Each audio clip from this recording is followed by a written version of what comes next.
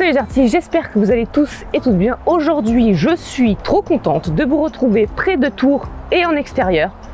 Ça fait du bien pour un nouvel épisode de Coup de Crayon. Si tu es nouveau ou nouvelle, ou si ça fait quelques vidéos que tu regardes sur la chaîne, je t'invite à t'abonner en cliquant sur le petit bouton ici.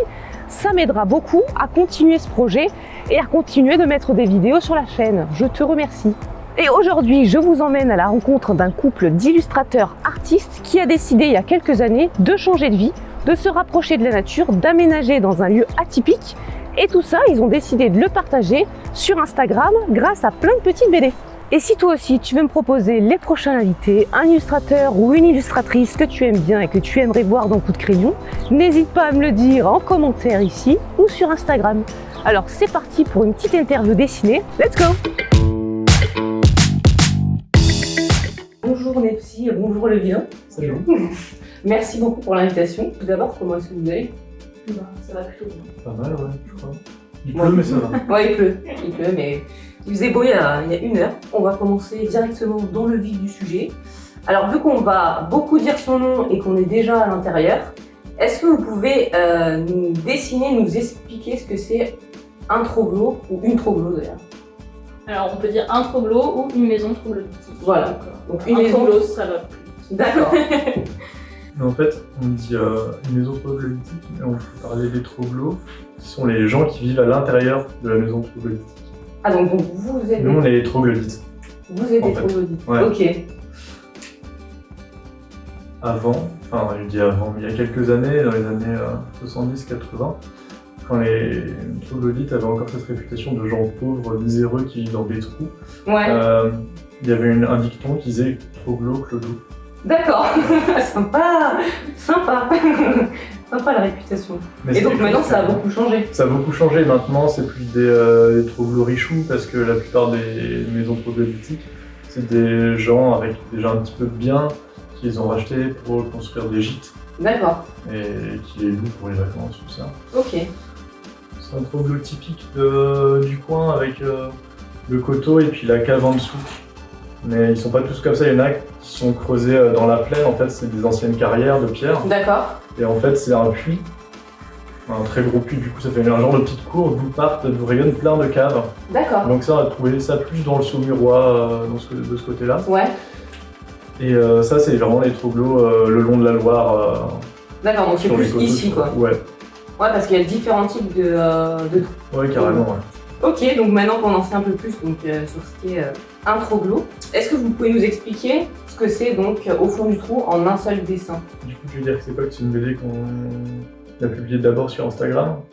Ouais, dans les premiers épisodes, c'est vraiment ça, c'est la recherche du troglo et Ouais, de la banque pour faire le prêt. C'est ça, ouais. Ouais, c'était... Vraiment, c'est une période où on n'était pas bien du tout. Enfin, on avait genre des crampes parce qu'on dormait en serrant les dents tellement on était tendu. Ah ouais. Ouais, Bah, après, c'est pas... Enfin, moi, j'ai pas trouvé... C'est surtout le moment où on voit que finalement, vous l'avez pas, votre premier prêt. Moi, j'ai pas trouvé ça. J'étais là, oh là là, les pauvres. Ouais, mais tu vois, ça passe vite. Tu swipes au truc suivant et puis tu te dis, ouais, voilà, c'est bon. Bah, moi, vu que je les ai tous... Enfin, je les ai lus comme j'ai lu une BD. Moi, j'étais vraiment dans le feu de l'action. J'étais là...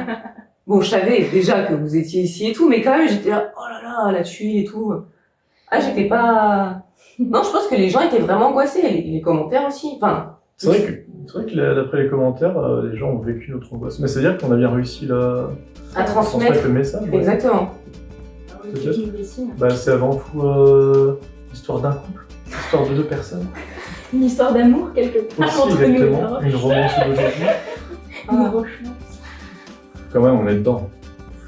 On voit C'est vrai quasiment que que nos tronches. Non, mais c'est vrai que c'est surtout vos galères, si on peut dire, à comment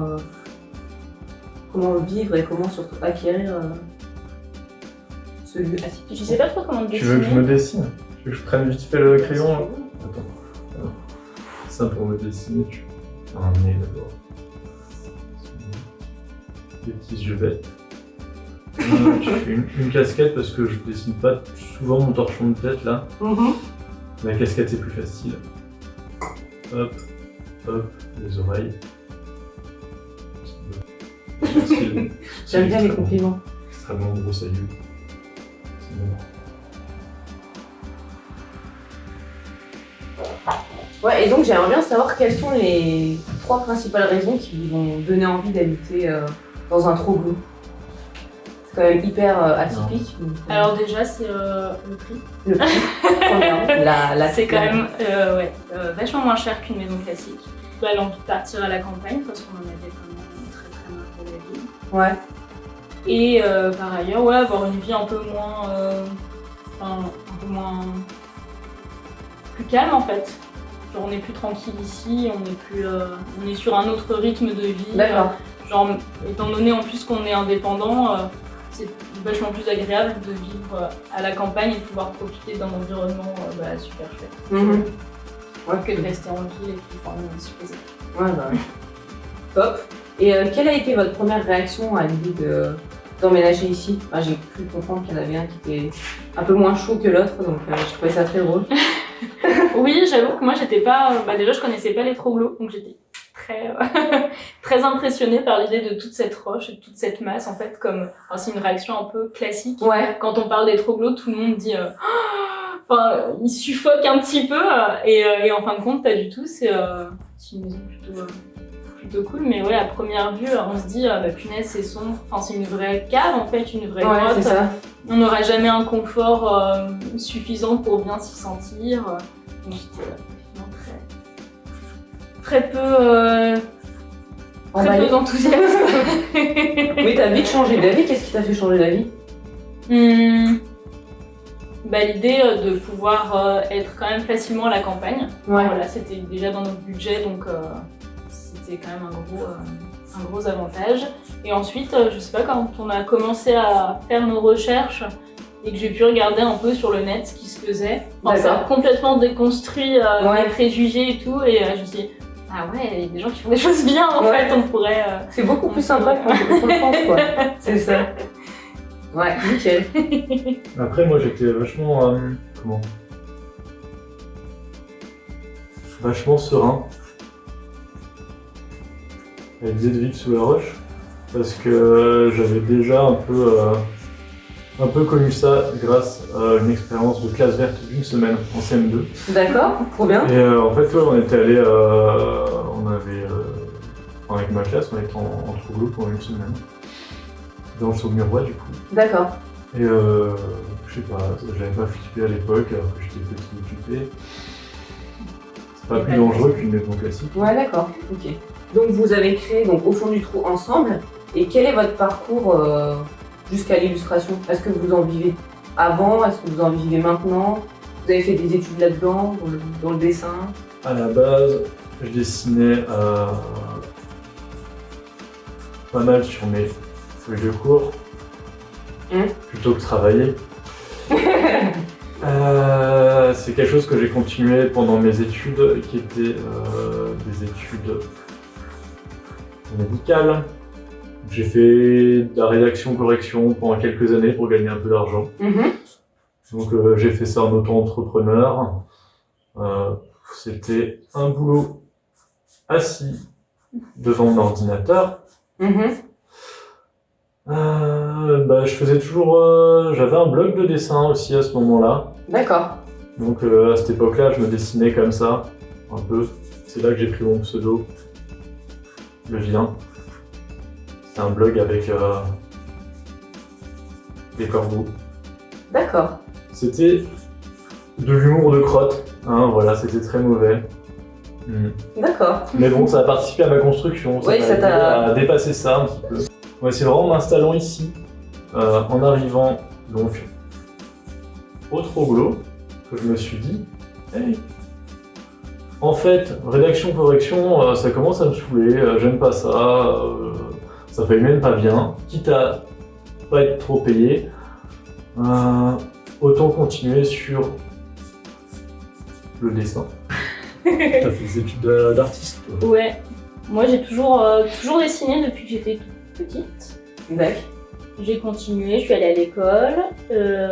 Quand je suis rentrée au lycée, j'ai décidé de faire un lycée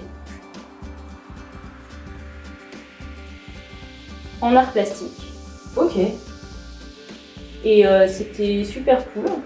C'était vraiment un moment un moment sympa parce que déjà j'étais pas spécialement à l'aise à l'école et au moins cette discipline ça permet de prendre un peu confiance sur un truc que tu fais et tout. Ouais. Et grâce à ça ensuite je suis rentrée dans une école d'art. Donc un diplôme national d'art et technique où en gros on apprend en 3 ans à se servir de pas mal d'outils. Ok. Donc ça va de la gravure au dessin, au dessin d'observation, au graphisme aussi beaucoup. Ok. Et ça m'a permis directement ensuite de me lancer en indépendante. Donc pareil, maintenant je travaille depuis chez moi sur mon ordi en tant que graphiste et illustratrice. Et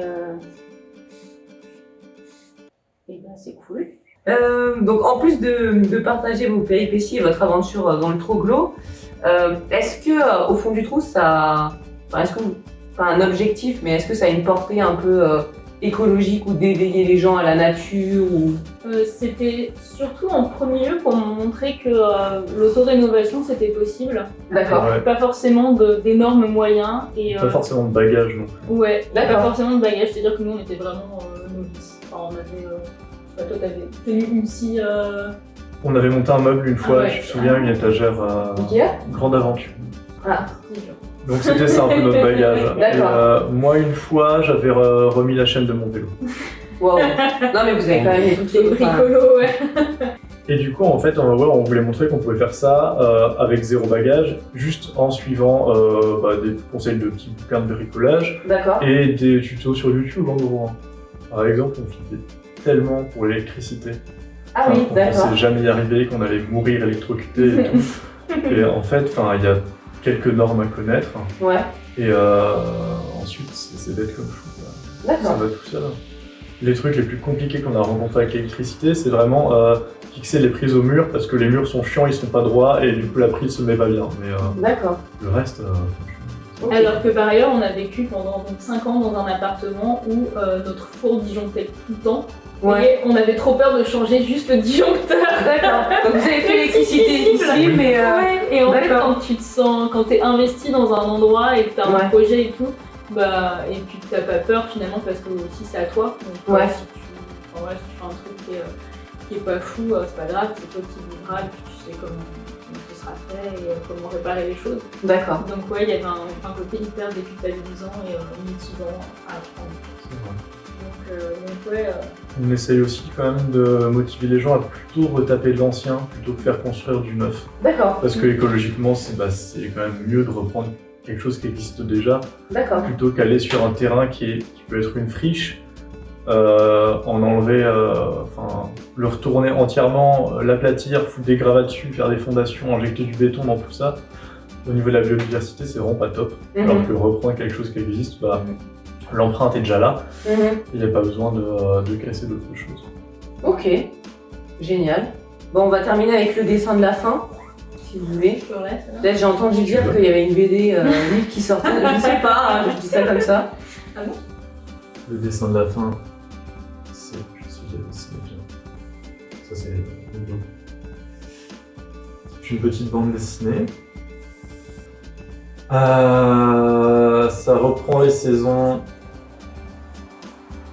1 et 2 d'Au fond du trou sur internet avec des bonus. On adore les bonus. Il y a quoi? Il y a une bonne vingtaine de pages de bonus. Ah, quand même. Ouais, Ok. j'ai mis entre parenthèses beaucoup. Beaucoup de bonus. Avec une nouvelle mise en page. Et ça, c'était pas facile. C'est Faire une vrai. BD passer d'un format Instagram à un format papier, en fait, Ouais. c'était vraiment, vraiment compliqué. On a beaucoup travaillé dessus. Mais ouais. Mais après, 1000 exemplaires, c'est pas beaucoup. Donc Qu'est-ce que tu rajoutes? je rajoute précipitez-vous. Bah ouais, moi j'ai hâte de voir ça en papier. Déjà, moi, de relire tous les... Enfin, je l'ai pas tous fini d'ailleurs, mais déjà de les relire, ça a été stylé, donc ça va être vraiment cool. Ok. Bah, on espère que ça plaira aux gens. Bah, ouais. Bah, merci beaucoup, c'est très cool. Bah, merci à toi d'être venu. Super. Bon, j'espère que la vidéo t'a plu et t'a donné envie de te rouler dans l'herbe. Toutes les infos concernant Nepsy, le vilain et Au fond du trou sont en barre d'infos. Merci de partager la vidéo et de t'abonner à la chaîne. Et moi, je te dis à très bientôt. Salut!